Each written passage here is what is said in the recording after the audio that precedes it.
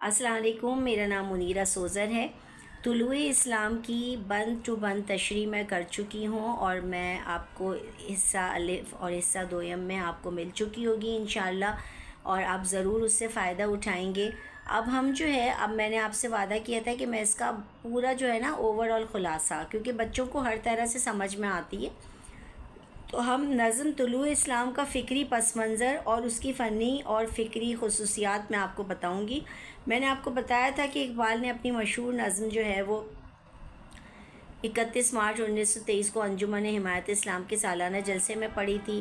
یہ نظم اقبال کے اس دور کی شاعری ہے جب وہ تمام امت مسلمہ کو ایک پلیٹ فارم پہ جمع کرنے کا، عالم اسلام کے اتحاد کا خواب دیکھ رہے تھے۔ وہ یہ بھی چاہتے تھے کہ مسلمان ایک قوم کی طرح مل کر مغربی سامراج کے خلاف کھڑی ہو جائے جد و جہد میں۔ چنانچہ ترکی میں جب مصطفیٰ کمال کی شاندار فتح ہوئی تو انہوں نے اس نظم کی تخلیق کی۔ ان کو مصطفیٰ کمال کی فتح کی صورت میں مسلمانوں کے اتحاد کا خواب پورا ہوتا ہوا نظر آ رہا تھا، تو اقبال نے روایتی اور رسمی مضامین کی تقلید کرنے کی بجائے مصنوعی شاعری کو چھوڑ کے انہوں نے اپنی شاعری کو فطرت کی طرف اور حقائق کی طرف راغب کیا ہے۔ اب مصطفیٰ کمال کی کامیابی کیا تھی؟ مصطفیٰ کمال پاشا کی کامیابی میں انہیں جب اپنے خوابوں کی تعبیر نظر آئی اور انہوں نے اس کو طلوع اسلام سے تعبیر کیا کہ اسلام کا احیا ہو رہا ہے، اسلام طلوع ہو رہا ہے، تو ان کے خیال میں اب اس دور کا آغاز ہو گیا تھا کہ جس کا خواب وہ ایک عرصے سے دیکھ رہے تھے۔ ترکوں نے یونانیوں کے خلاف جو جوابی کارروائی کی تھی اس میں اس کو کامیابی حاصل ہوئی تھی۔ اب ستمبر 1922 میں انہوں نے عصمت پاشا کی سرکردگی میں سمرنا پر قبضہ کر لیا، تو پھر ہندی مسلمانوں نے زبردست خوشیاں منائی، مساجد میں گھی کے چراغ جلائے گئے، ترکی کو مشرقی یونان اور ادرنا بھی واپس مل گئے۔ ایران میں بھی تبدیلیاں آ رہی تھیں، انقلابی تبدیلیاں۔ مصر سے برطانوی پروٹیکٹوریٹ ختم ہوا۔ سعد زاغلول پاشا کی قیادت میں مصر نے آزادی کا اعلان کیا۔ مراکش میں ہسپانویوں کے فوج کے مقابلے میں جو مجاہد تھے ریف عبد الکریم، ان کا پلہ بھاری تھا۔ ہندوستان میں خود تحریک ترک موالات کی جو تھی عروج پہ تھی تحریک، تو اس کے متاثرین میں کون تھے؟ 80% مسلمان تھے۔ تو بیداری کی جو یہ پوری لہر پورے امت مسلمہ میں جو آ رہی تھی، بیداری کی لہر، تو اس نے مسلمانوں کے جذبات میں زبردست ہلچل مچا دی تھی۔ تو ان کی جو یہ نظم ہے مصطفیٰ کمال کی جنگ میں کامیابی کے پس منظر میں لکھی گئی ہے، تو ایسا لگ رہا ہے کہ تمام مسلمان ممالک جو ہیں استعماریت، سامراجیت اور غلامی کا جوا اپنے سر سے، اپنے کندھوں سے اتار رہے ہیں اور بیدار ہو کے انگڑائی لے رہے ہیں۔ ٹھیک ہے، انگڑائی لے کے بیدار ہو رہے ہیں۔ اب علامہ اقبال اس کیفیت سے بے خبر نہ تھے۔ طلوع اسلام اس کیفیت کا پرجوش اور فنکارانہ اظہار ہے۔ بقول غلام رسول مہر کے یہ نظم سراسر احیاء اسلامیت کے پرمسرت جذبات سے لبریز ہے۔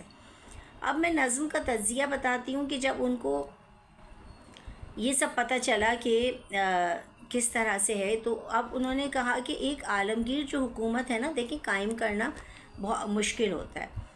اب ان کو علامہ اقبال نے نظم کس وقت لکھی؟ جب کمال اتا ترک نے ترکی کو غیر ملکی تسلط سے آزاد کرا دیا تھا، اسلامی جمہوریہ کی بنیاد رکھی، لیکن اقبال مغربی جارحانہ ذہنیت کے مخالف تھے۔ وہ قومی حکومتوں کے خلاف نہیں تھے، وہ سمجھتے تھے کہ پوری دنیا میں ایک عالمگیر حکومت قائم نہیں ہو سکتی ہے۔ قومی حکومت کے وہ خلاف نہ تھے، لیکن وہ جارحیت کے خلاف تھے۔ قوم، نسل، تاریخ، آب و ہوا، دیگر جغرافیائی جو اختلافات ہوتے ہیں وہ سب ان کی نظر سے پوشیدہ نہ تھے۔ ان کو پتہ تھا کہ اسلام میں خلافت راشدہ کے بعد اب تک کوئی متحدہ اسلامی ریاست قائم نہیں ہو سکی، نہ اس کی کوئی امید ہو سکتی ہے، لیکن اتحاد اسلامی کا تخیل اس طرح سے صحیح ہو سکتا ہے کہ تمام مسلمان قومیں آزاد ہوں، اپنے طور پہ وہ آزادی کی زندگی گزاریں، ہاں وہ اسلامی مقاصد کے لیے باہمی طور پر ایک دوسرے سے تعاون کریں۔ تو یہ حکومتیں کیا ہوں گی؟ اپنی نوعیت کے حساب سے اسلامی قومی حکومت ہوگی، مگر ان قومی حکومتوں کی بنیاد اخلاق اور محبت پر ہونی چاہیے۔ اب وہ غمگین لہجہ استعمال کر رہے ہیں اس میں، وہ کہہ رہے ہیں کہ طلوع اسلام لکھنے سے پہلے وہ خضر رحابی لکھ چکے تھے، شمع اور شاعر بھی لکھ چکے تھے، جس میں انہوں نے مسلمانوں کی غفلت بتائی، ملک کی اسلامی مملکت کے زوال بتائے، جو ہماری زوال آمدہ روش ہے اس پہ تنقید کی، اس کے زوال کے اسباب پہ اشارہ کیا.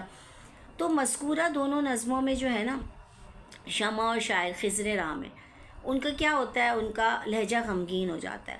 تو لیکن وہ بنیادی طور پر جو ہے نا حرکت و عمل کے وہ پیامبر ہیں، امید کے پیامبر ہیں. تو یہ حزن و ملال جو ہے وہ مایوسی میں نہیں بدلتا، وہ اس لیے مایوسی کو امید کی طرف لے آتے ہیں کہ وہ مسلمانوں کے سچے ہمدرد اور غمخوار تھے. مسلمانوں کی حالت ظاہر دیکھ کے ان کا دل جو ہے وہ بے چین ہو جاتا ہے، لیکن طلوع اسلام کا جو مجموعی تاثر ہے وہ رجائیت سے، وہ پازیٹیوٹی ہے، مثبت ہے. تو اب دیکھیں اس نظم کا پہلا شعر ہی آپ کو بتائے گا، دلیل صبح روشن ہے ستاروں کی تنکتابی، افق سے آفتاب ابھرا گیا دورے گراں خوابی. تو اور پھر ایک نشاطیہ لہجہ، بہت خوشی والا لہجہ شروع سے آخر تک پوری نظم میں رہتا ہے، اور دل گرفتگی اور حزن ملال کی کیفیت جو ان کی دوسری خضر راہ میں نظر آتی ہے وہ طلوع اسلام میں نہیں نظر آتی ہے. اب ان کی فکر کا میں آپ کو تذکرہ کروں کہ طلوع اسلام میں اگرچہ مسلمانوں کی فتح پر خوشی کا اظہار کیا گیا ہے، اس فتح کے ہیرو کمال عطا ترک کو خراج تحسین پیش کیا گیا، لیکن کہیں بھی اقبال نے اپنی مخصوص طرز فکر کو ہاتھ سے نہیں جانے دیا.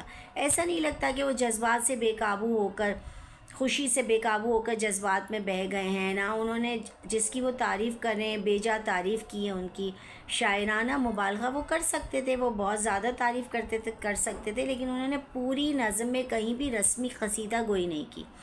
بعض اشعار سے ان کے لگتا ہے کہ اقبال کے جو تصور میں مرد مومن کا ذکر تھا اس کی کچھ عملی شکل مصطفیٰ کمال پاشا کی صورت میں نظر آنے لگ جاتی ہے، اور اس کا اظہار بھی انہوں نے کیا ہے، اور لیکن انہوں نے تھوڑا الگ طریقے سے کیا ہے. جب اس انگارۂ خاکی میں ہوتا ہے یقین پیدا، تو کر لیتا ہے یہ بالوں پر روح الامین پیدا. کوئی اندازہ کر سکتا ہے اس کے زور بازو کا، نگاہ مرد مومن سے بدل جاتی ہیں تقدیریں. اب وہ نصیحتیں بھی کرتے ہیں اپنے مخصوص انداز میں، وہ اپنے تعریف کرنے کے ساتھ ساتھ وہ مستقبل کے لیے مسلمانوں نے عالم کو سمجھا بھی رہے ہیں. ایسے نہیں کہ وہ صرف مسلمانوں کی وہ کر رہے ہیں. تو وہ بڑی سے بڑی جو فتح تھی اس کو وہ منزل نہیں قرار دے رہے ہیں، وہ کہہ رہے ہیں کہ تو راہ نورد شوق ہے، منزل نہ کر قبول، لیلا بھی ہم نشیں ہو تو محمل نہ کر قبول. وجہ یہ کہ وہ نہیں چاہتے کہ وہ اپنے مرد مومن میں جن اوصاف کو دیکھنا چاہتے ہیں وہ ان سے محروم ہو جائے. جب کسی انسان کو پتہ چلتا ہے وہ اپنی منزل پہ پہنچ گیا ہے تو وہ جد و جہد کرنا بند کر دیتا ہے. تو وہ یہ کہہ رہے ہیں کہ آپ منزل کو قبول نہیں کریں بلکہ آپ عمل جاری رکھیں، آپ آگے بڑھتے رہیں. مسلمان سے وہ کیا مخاطب کرتے وہ کہہ رہے ہیں، پرے ہے چرخ نیلی فام سے منزل مسلماں کی، ستارے جس کی گرد راہ ہوں وہ کارواں تو ہے. سبق پھر پڑھ صداقت کا، عدالت کا، شجاعت کا، لیا جائے گا تجھ سے کام دنیا کی امامت کا. اب اقبال جانتے ہیں کہ نسلی جو تفاخر ہوتا ہے، جو نسل اور رنگ کا فخر ہوتا ہے، وہ کس طرح ملت کے لیے زہر کا کام دیتا ہے. دیکھیں حضور صلی اللہ علیہ وسلم نے اپنے آخری خطبے میں کیا کہا تھا کہ کسی اجمی کو عربی پر، کسی عربی کو اجمی پر، گورے کو کالے پر اور کالے کو گورے پر کوئی امتیاز حاصل نہیں ہے. یہ تو ہمارے نبی کریم صلی اللہ علیہ وسلم نے صدیوں پہلے کہہ دیا تھا. تو وہ کہتے ہیں کہ یہ ہندی وہ خراسانی، یہ افغانی وہ تورانی، تو اے شرمندہ ساحل اچھل کر بے گراں ہو جا. پھر وہ اخوت کا درس دیتے ہیں، عالمی اخوت کا. وہ کہتے ہیں ہوس نے کر دیا ہے ٹکڑے ٹکڑے نوع انسان کو، اخوت کا بیاں ہو جا، محبت کی زباں ہو جا. نظم کے چھٹے بند میں انہوں نے ترکوں کی کامیابی کا جو نقشہ کھینچا ہے اور یونانی اور انگریزی فوج کی جاہو جلال اور کر و فر کے مقابلے میں ترکوں کی بے سمانی کا جو ذکر کیا ہے، اقبال کی شاعرانہ کمال کی منہ بولتی تصویر ہے. انہوں نے خفیہ کمک، نظام لاصل کی جو ٹیلی گراف کا آرڈر اس کا نظام ہوتا ہے، جو ٹیلی گراف ہوتا ہے، اور ٹیلی فون، آبدوز کشتیوں کا ذکر کیا ہے فنکارانہ نزاکت سے. تو اردو شاعری میں تو اس کی مثال کہیں بھی نہیں ملتی ہے. بتاتے ہیں وہ عقابی شان سے جھپٹے تھے جو بالوں پہ پر نکلے، ستارے شام کے خونے شفق کر ڈوب کر نکلے. ہوئے مدفون دریا زیر دریا رہنے والے، آپ دوست کشتیوں کا کہہ رہے ہیں، زیر دریا رہنے والے تماچے موج کے کھاتے تھے جو بن کے گوہر نکلے، غبارہ راہ گزرے ہیں کیمیا پہ ناز تھا جن کو، جبین خاک پر رکھتے تھے جو اکسیر گر نکلے، ہمارا نرم رو قاصد پیام زندگی لایا، خبر دیتی تھی جن کو بجلیاں وہ بے خبر نکلے۔ ٹیلی گراف کی طرف اشارہ ہے ان کا۔ اب منفرد حیثیت کیا ہے نظم کی کہ طلوع اسلام جو ہے اقبال کی ان شاہکار اور نمائندہ نظموں میں سے ایک ہے، شوکت الفاظ ہو، مضمون آفرینی ہو، نازک خیالی ہو، اس کے اعتبار سے یہ نظم جو ہے بانگی طرح کی دوسری نظموں کے مقابلے میں ایک بلند پایہ اور منفرد حیثیت رکھتی ہے۔ اس نظم کی سب سے بڑی خوبی کی ہے کہ وہ اپنے معنوی ربط اور باطنی تسلسل کے اعتبار سے ایک مکمل نظم ہے۔ اس کے باوجود اس میں لطیف استعارے ہیں، رمز و کنایہ کی باریکیاں ہیں، اس کی بدولت کی خاص رنگ کا رنگ تغزل پیدا ہو گیا ہے۔ کہنے کو نظم ہے لیکن اس میں غزل کی سی دلکشی پیدا ہو گئی ہے جس نے اس کی خوبصورتی اور رعنائی میں بے پناہ اضافہ کر دیا ہے۔ اب جب ہم فکری جائزہ لیتے ہیں تو میں نے آپ کو بتایا کہ اس میں کل 9 بند ہیں، میں نے 6 بند کی تشریح دی ہے اپنی دو قسطوں میں۔ اب دیکھیں پہلا بند جو ہے اس میں وہ جہان نو کی نوید دے رہے ہیں، دوسرے میں وہ کائنات میں مسلمان کا مقام بتا رہے ہیں۔ اگر آپ یہ سمجھ لیں گے تو آپ کو تشریح کرنا آسان ہو جائے گا۔ میں ریپیٹ کرتی ہوں، پہلے بند میں جہان نو کی نوید دے رہے ہیں، نیا جہان ابھر رہا ہے، پھر دوسرے میں وہ مسلمانوں کے مقام کی، کائنات میں جو مسلمانوں کا مقام ہے وہ بتا رہے ہیں، تیسرے میں وہ مسلمانوں کا کردار اور اس کی خصوصیات بتا رہے ہیں کہ ایک مسلمان کو ہونا کیسا چاہیے، چوتھی بند میں وہ جنگ عظیم کے نتائج اور اثرات پر تبصرہ کر رہے ہیں، پانچویں میں مغرب سے مایوسی کا اظہار، چھٹے بند میں وہ انسانیت کا مستقبل بتا رہے ہیں کہ مسلمان ہیں انسانیت کا مستقبل، اور ساتویں میں وہ روشن مستقبل کی نوید دے رہے ہیں۔ تو جہان نو کی نوید انہوں نے کیسے دی ہے؟ انہوں نے بتایا کہ دیکھیں آغاز کیسے ہوتا ہے کہ عالم اسلام کے موجودہ حالات ہیں، نت نئی تبدیلیاں ہیں، اس پر تبصرے سے ہوتا ہے، پھر عالم اسلام پر جنگ عظیم اول جو 1914 سے 1918 سے ہوئی، اس کا اثر یہ ہوا کہ مسلمان خواب بیداری سے بیدار ہو گئے، خواب سے، اپنے طویل خواب سے، پھر طوفان مغرب نے انہیں جو ہے جھنجھوڑ کے رکھ دیا ہے، ستاروں کی تنک تابی صبح نو کا پیغام دے رہی ہے، مسلمانوں کا احیا ہوا ہے، اس سے جو مسلمانوں میں تڑپ اور لگن پیدا ہو رہی ہے، اس سے دیکھ کے اندازہ ہوتا ہے کہ وہ پھر ایک مرتبہ اقوام عالم کی رہنمائی کریں گے، ساری دنیا کی فکری، تہذیبی اور سیاسی رہنمائی کا فریضہ انجام دیں گے۔ یہ جہان نو کی نوید ہے۔ یہاں علامہ اقبال عالم اسلام کے عظیم ترین حادثے کا بتا رہے ہیں کہ جو عرب اور ترکوں کی آویزش ہوئی تھی، کہ عربوں نے ترکوں کو بڑے پیمانے پر تہ تک کیا، پھر باہمی انتشار اور افراق ہوا، اس سے وہ دنیا میں ذلیل ہو گئے۔ تو پھر ہم نے 7ویں بند تک آپ کو بتایا روشن مستقبل کا، ٹھیک ہے۔ اچھا، تابناک مستقبل کیا ہے؟ کیا مسلمانوں کا مستقبل بہت تابناک ہے۔ خلافت عثمانیہ کا خاتمہ ہو گیا ہے لیکن ترک ایک نئے سفر اور نئی منزل کی طرف گامزن ہے۔ باہمی اختلافات کے بھیانک جو نتائج آئے ہیں، اس کے بعد ملت اسلامیہ کے دل میں اتحاد اور اتفاق کی اہمیت بڑھ گئی ہے، اور شاخ ہاشمی سے پھوٹنے والے جو نئے برگ و بار ہیں، نئے پھول ہیں، نئی کلیاں ہیں، وہ اسی احساس کا سرچشمہ ہیں۔ تو نظم کے دوسرے بند میں جہان نو کی نوید جو ہے، یہ دراصل ان سوالات کا جواب ہے جو علامہ اقبال کے دل میں خضر راہ لکھتے ہوئے پیدا ہوئے تھے، اور وہ عالم اسلام کو جو ہے بہت ہی زیادہ وہ پریشان حال تھے۔ میں آپ کو خضر راہ میں شاعر نے کیا کہا تھا؟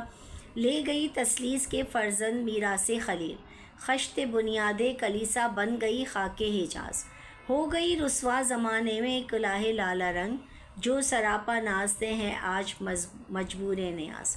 تو وہ کائنات میں مسلمان کا مقام بتا رہے ہیں کہ مسلمان جو ہے اللہ کا نائب ہے، اللہ کا قاصد ہے، اور مسلمان کو کائنات میں فطرت کا مقصود ہونے کی بنا پر ایک جاویدانی حیثیت حاصل ہے، اور اس کے عمل کی کوئی انتہا نہیں ہے۔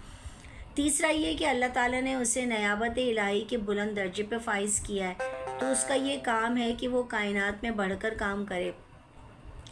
چوتھا یہ کہ وہ ملت ایشیا کی پاسبانی کا فریضہ انجام دے۔ تو یہ 4 پہلو بیان کیے گئے ہیں۔ اس کے علاوہ انہوں نے مسلمان کا کردار اور ان کی خصوصیت بیان کی ہے کہ مسلمان کا کردار، آپ کو میں نے بتایا کہ امامت ہے، عدالت ذوق یقیں ہے، محبت فاتح عالم ہے، عمل پہم ہے، یہ ساری چیزیں ہیں. تو یہ ہم نے آپ کو آج جو ہے بہت میرا خیال ہے اچھا آپ کو خلاصہ آپ کو پیش کر دیا ہے میں نے اس کا. اور اگر آپ کو پھر بھی کوئی پریشانی ہو رہی ہو تو آپ ضرور مجھ سے پوچھیں، میں آپ کو ضرور بتاؤں گی اس کے بارے میں، اور میں ساتھ میں اس کے نوٹس اٹیچ کر دیتی ہوں. ٹھیک ہے، امید ہے آپ کو طلوع اسلام سمجھ آئی ہوگی. پڑھاتے پڑھاتے میں کچھ خود بھی زیادہ سیریس ہو جاتی ہوں، تو آپ کو کیسی لگی آپ ضرور بتائیے گا. اور چینل کو لائک کیجئے، شیئر کیجئے اور سبسکرائب کیجئے. اللہ حافظ.